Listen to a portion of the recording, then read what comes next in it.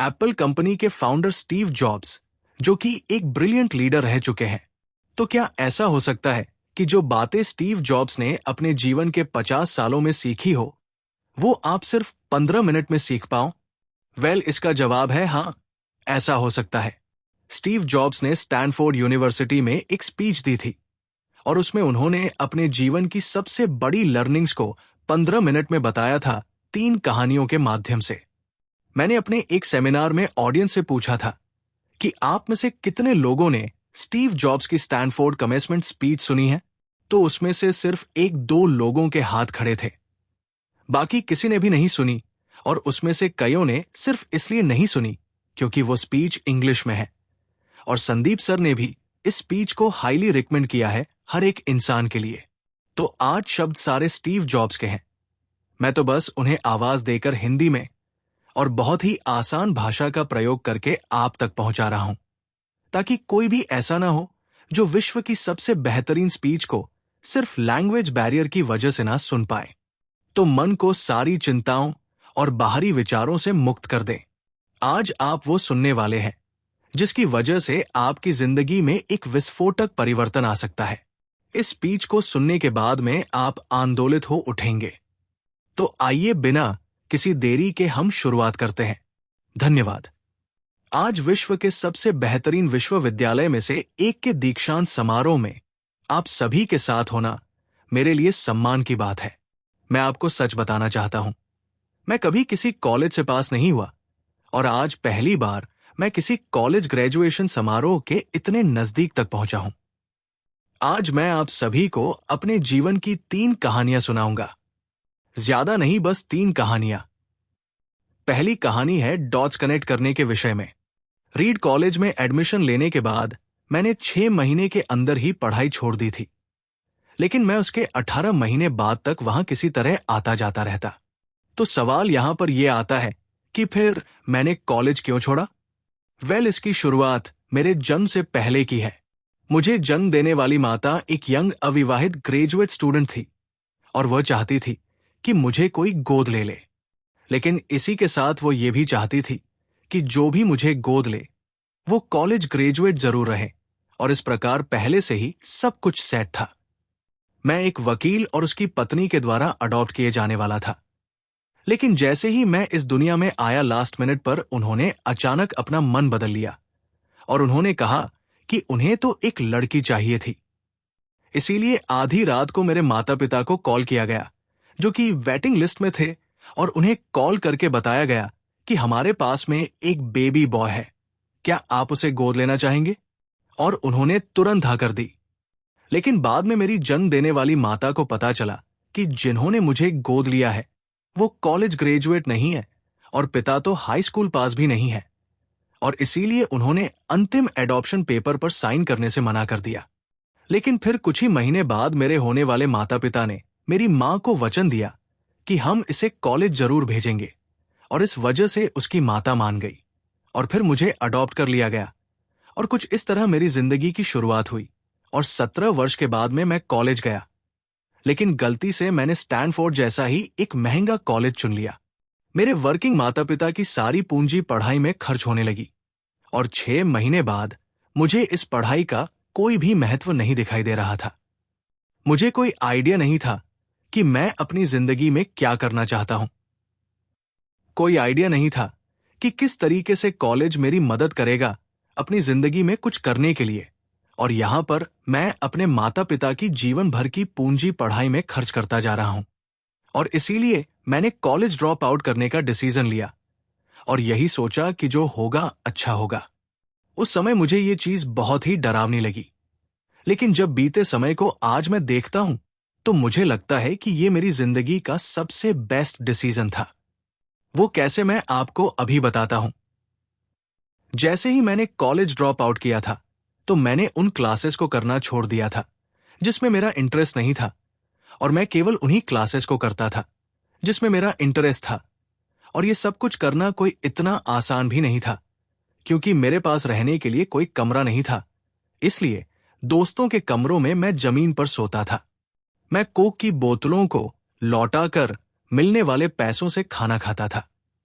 मैं हर संडे 7 मील पैदल चलकर हरे कृष्णा मंदिर जाता था, जिससे कि हफ्ते में कम से कम एक बार मैं पेट भरकर खाना खा सकूं, और ये मुझे बहुत ही अच्छा लगता था। अब मैं आपको बताता हूं कि क्यों कॉलेज ड्रॉप आउट करना मेरी जिंदगी का सबसे बेस्ट डिसीजन था। उस समय रीड कॉलेज देश की सबसे अच्छी जगह थी जहां कैलीग्राफी सिखाई जाती थी। पूरे कॉलेज परिसर में हर एक पोस्टर, हर एक लेवल पर बहुत ही खूबसूरती से हाथों से कैलीग्राफ किया जाता था। और क्योंकि मैं कॉलेज छोड़ चुका था, इसलिए मुझे सामान्य क्लासेस करने की कोई आवश्यकता नहीं थी। तो मैंने निर्णय लिया कि मैं कैलीग्राफी की क्लासेस करूंगा और इसे अच्छी तरीके से सीखूंगा। तो मैंने सेरिफ और सैन सेरिफ टाइप फेसेस के बारे में सीखा, अलग अलग अक्षरों के बीच में स्पेस वेरी करना सीखा, और किसी अच्छी टाइपोग्राफी को क्या अच्छा बनाती है ये भी मैंने सीखा। ये सब कुछ बहुत खूबसूरत था, ऐतिहासिक था और इतना आर्टिस्टिक था कि इसे साइंस के द्वारा कैप्चर नहीं किया जा सकता था, और ये सभी मुझे बहुत ही आकर्षक लगता था। उस समय मेरा ऐसा कोई भी विचार नहीं था कि मैं इन चीजों का प्रयोग कभी अपने जीवन में करूंगा। लेकिन जब 10 साल बाद हम अपना पहला मैकिन्टोश कंप्यूटर बना रहे थे, तब मैंने इसे मैक में डिजाइन कर दिया, और यह बहुत ही खूबसूरत टाइपोग्राफी वाला विश्व का पहला कंप्यूटर बन गया। अगर मैंने कॉलेज में केवल कैलीग्राफी में प्रवेश नहीं लिया होता, तो मैक में कभी भी मल्टीपल टाइप फेसेस या प्रोपोर्शनली स्पेस्ड फोन्स नहीं होते, और क्योंकि विंडो ने मैक की कॉपी की है, तो दुनिया के किसी भी पर्सनल कंप्यूटर में यह सब नहीं होता। अवश्य ही जब मैं कॉलेज में था तो भविष्य को देखकर इन डॉट्स को कनेक्ट करना असंभव था। लेकिन जब 10 साल बाद में बीते समय को देखता हूं, तो मुझे सब कुछ क्लियर नजर आता है। आप केवल पीछे देखकर ही डॉट्स को कनेक्ट कर सकते हो। इसीलिए आपको विश्वास करना होगा कि अभी जो भी हो रहा है वो आगे चलकर किसी ना किसी तरह से आपके फ्यूचर से कनेक्ट हो जाएगा। आपको किसी ना किसी में तो विश्वास करना ही होगा, अपने गट्स में, अपने भाग्य पर, अपने जीवन पर, या फिर अपने कर्मों पर। किसी ना किसी चीज पर तो विश्वास करना ही होगा, क्योंकि इस बात में विश्वास रखना कि आगे चलकर डॉट्स कनेक्ट होंगे, ये आपको अपने दिल की आवाज सुनने की हिम्मत देगा। और उस समय भी जब आप बिल्कुल अलग रास्ते पर चल रहे होंगे, और यही बात आपको बाकी लोगों से अलग बनाएगी। तो मेरी पहली कहानी से सबसे बड़ी सीख यही है कि जो हो रहा है वो अच्छे के लिए हो रहा है, और अभी आप जो भी कर रहे हैं वो आगे चलकर आपके किसी ना किसी काम जरूर आएगा। आप बस अपने आप में विश्वास रखकर करते जाइए जो कर रहे हैं। मेरी दूसरी कहानी लव और लॉस के विषय में है। मैं बहुत ही सौभाग्यशाली था कि जिस समय प्यार करता था वो मुझे जल्दी मिल गई। वोज और मैंने अपने पिता के गैराज से एप्पल की शुरुआत की थी जब मैं 20 साल का था, और हमने बहुत मेहनत की, और 10 साल में एप्पल कंपनी 2 लोगों से बढ़कर $2 बिलियन और 4,000 लोगों की कंपनी हो गई। हमने अभी 1 साल पहले ही मैकिन्टोश रिलीज किया, और मैं 30 साल का हो गया था, और कंपनी ने मुझे निकाल दिया। आप सभी लोग सोच रहे होंगे कि अपनी ही बनाई हुई कंपनी से मुझे कैसे निकाल दिया। जैसे जैसे एप्पल ग्रो करने लगी, हमने एक बुद्धिमान आदमी को हायर किया, जिसे मैंने सोचा कि वो मेरे साथ मिलकर कंपनी को आगे बढ़ाएगा।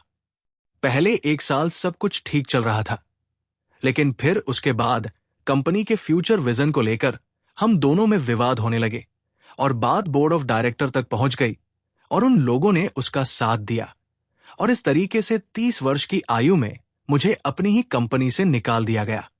जो मेरी पूरी एडल्ट लाइफ का फोकस था वो अब खत्म हो चुका था, और ये पूरी तरह से मुझे बर्बाद करने वाला था, और कुछ महीनों तक मुझे कुछ भी समझ में नहीं आया कि मैं क्या करूं। मैं एक बहुत बड़ा पब्लिक फेलियर था, और एक बार तो मैंने वैली छोड़कर जाने का भी सोचा। लेकिन धीरे धीरे मुझे एहसास हुआ कि मैं जो काम करता हूं मैं उसके लिए अभी भी पैशनेट हूं। एप्पल में जो कुछ भी हुआ उसकी वजह से मेरे पैशन में थोड़ी भी कमी नहीं आई। मुझे उन्होंने अस्वीकार कर दिया, लेकिन फिर भी मैं अपने काम से प्यार करता हूं, और इसीलिए मैंने एक बार फिर से शुरुआत करने की सोची। मैं उस वक्त ये नहीं देख पाया था, लेकिन अब मुझे लगता है कि एप्पल से निकाले जाने से अच्छा मेरे साथ कुछ और हो ही नहीं सकता था। सफल होने का बोझ अब बिगन होने के हल्केपन में बदल चुका था। मैं एक बार फिर से स्वयं को बहुत ही हल्का महसूस कर रहा था, और इसी आजादी की वजह से मैं अपने जीवन के सबसे क्रिएटिव पीरियड में चला गया। अगले 5 सालों में मैंने एक कंपनी नेक्स्ट और दूसरी कंपनी पिक्सार शुरू कर दी, और इसी दौरान मैं एक बहुत ही अद्भुत महिला से मिला जो कि आगे चलकर मेरी पत्नी बनी। पिक्सार ने विश्व की पहली computer animated movie toy story बनाई, और आज के समय ये दुनिया का सबसे सफल एनिमेशन स्टूडियो है। और एप्पल ने एक अप्रत्याशित कदम उठाते हुए नेक्स्ट को खरीद लिया, और मैं फिर से एप्पल में चला गया। आज एप्पल नेक्स्ट द्वारा विकसित की गई टेक्नोलॉजी का उपयोग करती है। तो यहां पर मैं पूरे विश्वास के साथ में कह सकता हूं कि अगर मुझे एप्पल से नहीं निकाला गया होता तो ये सब कुछ मेरे साथ नहीं होता। ये एक कड़वी दवा थी, लेकिन मेरे विचार में एक मरीज को इसकी जरूरत थी। कभी कभी जिंदगी आपको इस तरह की ठोकर मारती है, लेकिन आप विश्वास मत खोइए। मैं विश्वास के साथ में कह सकता हूं कि मैं सिर्फ इसलिए आगे बढ़ता गया क्योंकि मैं अपने काम से प्यार करता था। जितना अपने प्यार को जानना जरूरी है, उतना ही जरूरी है अपने काम को खोजना जिसे आप सच में एंजॉय करते हो, क्योंकि आपका काम आपकी जिंदगी का एक बहुत ही बड़ा हिस्सा होता है। और वास्तविक रूप से संतुष्ट होने का सिर्फ यही एक तरीका है कि आप वो करें जिसे आप एक बड़ा काम समझते हैं। और बड़ा काम करने का सिर्फ एक ही तरीका है कि आप वो करें जो आप करना पसंद करते हैं। और अगर अभी तक आपको वो काम नहीं मिला है तो आप रुकिए मत, उसे खोजते रहिए। जैसा कि दिल से जुड़ी हर एक चीज में होता है, वो जब आपको मिलेगी तब आपको पता चल जाएगा। और जैसा कि किसी अच्छे रिलेशनशिप में होता है, वो समय के साथ साथ और भी अच्छी होती जाएगी। इसलिए इसे खोजते रहिए, रुकिए मत। मेरी तीसरी कहानी मृत्यु के बारे में। जब मैं 17 साल का था तो मैंने एक कोट पढ़ा था, यदि आप हर दिन ऐसे जिएंगे जैसे आपकी जिंदगी का आखिरी दिन है तो आप किसी ना किसी दिन सही साबित हो जाएंगे। और इसने मेरे दिमाग पर एक बहुत ही बड़ी छाप छोड़ दी, और तब से पिछले 33 सालों से मैं हर सुबह उठकर शीशे में देखता हूं और खुद से एक सवाल करता हूं कि अगर आज का दिन मेरी जिंदगी का आखिरी दिन होता तो क्या मैं आज वो करता जो मैं करने वाला हूं। और अगर इसका आंसर ना होता है तो मैं समझ जाता हूं कि कुछ ना कुछ बदलने की जरूरत है। इस बात को याद रखना कि एक दिन मरना है किसी भी चीज के खोने के डर को दूर करने का सबसे अच्छा तरीका है। आप पहले से ही नंगे हैं। ऐसा कोई भी कारण नहीं है कि आप अपने दिल की ना सुने। करीब 1 साल पहले ही मुझे पता चला कि मुझे कैंसर है। सुबह 7 बजे मेरा स्कैन हुआ, और उसमें साफ दिखाई दे रहा था कि मेरे पैनक्रियाज में ट्यूमर है। और सच कहूं तो मुझे तो ये भी नहीं पता था कि पैनक्रियाज होता क्या है। डॉक्टर ने लगभग पूरे विश्वास के साथ में मुझे बताया कि मुझे एक ऐसा कैंसर है जिसका उपचार करना संभव नहीं है, और अब मेरे पास केवल 3 से 6 महीने ही बचे हैं। डॉक्टर ने मुझे सलाह दी कि मैं घर जाऊं और सभी चीजें व्यवस्थित कर लूं। यानी कि डॉक्टर की भाषा में इसका मतलब था कि आप मरने की तैयारी कर लीजिए। यानी कि वो सारी चीजें जो आप अगले 10 साल में करने वाले थे, वो बचे हुए दिनों में कर लीजिए, क्योंकि आपका अंतिम समय आ चुका है। मैंने इस डायग्नोसिस के साथ में पूरा दिन बिता दिया, और शाम को मेरी बायोप्सी हुई, जहां पर मेरे गले के रास्ते से पेट से होते हुए एक एंडोस्कोप डाला गया और एक सुई से ट्यूमर के कुछ सेल्स निकाले गए। उस वक्त तो मैं पूरी तरह से बेहोश था, लेकिन मेरी पत्नी और वहां पर जो भी उपस्थित था कि जब डॉक्टर ने माइक्रोस्कोप से मेरे सेल्स को देखा तो वो भी रो पड़ा, क्योंकि सेल्स को देखकर डॉक्टर समझ गया था कि मुझे एक बहुत ही दुर्लभ प्रकार का कैंसर हुआ है जो कि सर्जरी से ठीक हो सकता है। तो मेरी सर्जरी हुई और सौभाग्य से मैं अब बिल्कुल ठीक हूं। मौत के इतने करीब तक मैं पहले कभी भी नहीं पहुंचा, और मैं उम्मीद करता हूं कि आने वाले कुछ समय तक मैं पहुंचूं भी ना। और ये सब देखने के बाद में मैं पूरे विश्वास के साथ में कह सकता हूं कि मृत्यु एक उपयोगी लेकिन विशुद्ध रूप से बौद्धिक संकल्पना है। कोई भी मरना नहीं चाहता, यहां तक कि वो लोग जो स्वर्ग जाना चाहते हैं, वो भी वहां जाने के लिए मरना नहीं चाहते। मृत्यु ही वो स्थान है जहां पर हम सभी लोग जाते हैं। आज तक कोई भी इससे बचा नहीं है, और ऐसा होना ही चाहिए, क्योंकि इस जीवन का एकमात्र सबसे बड़ा आविष्कार है, वो है मृत्यु। ये जिंदगी को बदलती है, पुराने को समाप्त करने का रास्ता खोलती है।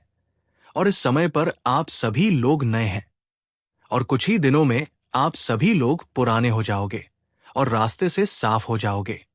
इतना ज्यादा नाटकीय होने के लिए मैं आप सभी से माफी चाहता हूं, लेकिन यही सत्य है। आपका समय बिल्कुल सीमित है, इसीलिए इसे किसी और की जिंदगी जीकर व्यर्थ मत कीजिए। बेकार की सोच में मत फंसिए। अपने जीवन को दूसरों के हिसाब से मत चलाइए। औरों के विचारों के शोर में अपने अंदर की आवाज को मत दबाइए। और सबसे महत्वपूर्ण यह है कि अपने दिल और सहज बुद्धि की बात सुनने का साहस रखें, क्योंकि वे पहले से ही जानते हैं कि तुम वास्तव में क्या बनना चाहते हो। तो पहले अपने दिल की आवाज सुने, बाकी सारी चीजें सेकेंडरी है। और अंत में मैं आप सभी से यही कहना चाहूंगा, स्टे हंग्री स्टे फुलिश। मैंने हमेशा अपने लिए यही मांगा है, और अब जब आप सभी लोग यहां से ग्रेजुएट हो रहे हैं, तो मैं आप सभी के लिए भी यही विश करता हूं, स्टे हंग्री स्टे फुलिश, यानी कि भूखे रहिए और मूर्ख रहिए। भूखे यानी कि कुछ करने की भूख आपके अंदर होनी चाहिए, और मूर्ख रहो, क्योंकि मूर्ख रहकर ही आप कुछ सीख पाओगे। अगर आपको यह लगता है कि आप सब कुछ पहले से जानते हैं, तो आप कुछ भी नहीं सीख पाएंगे। तो भूखे रहिए और मूर्ख रहिए। Stay hungry stay foolish. आप सभी को बहुत बहुत धन्यवाद। और दोस्तों, मैं दया आशा करता हूं कि आपने इस वीडियो से बहुत कुछ सीखा होगा। इस स्पीच को कन्वर्ट करने में या फिर मुझसे कुछ भूल हुई हो तो उसके लिए मुझे माफ कर दें। ऐसे ही और inspiring motivational life changing videos को देखने के लिए हमारे चैनल को सब्सक्राइब करके बेल आइकन को प्रेस करें। मैं आपसे मिलूंगा अगले वीडियो में, तब तक के लिए जय हिंद, जय भारत।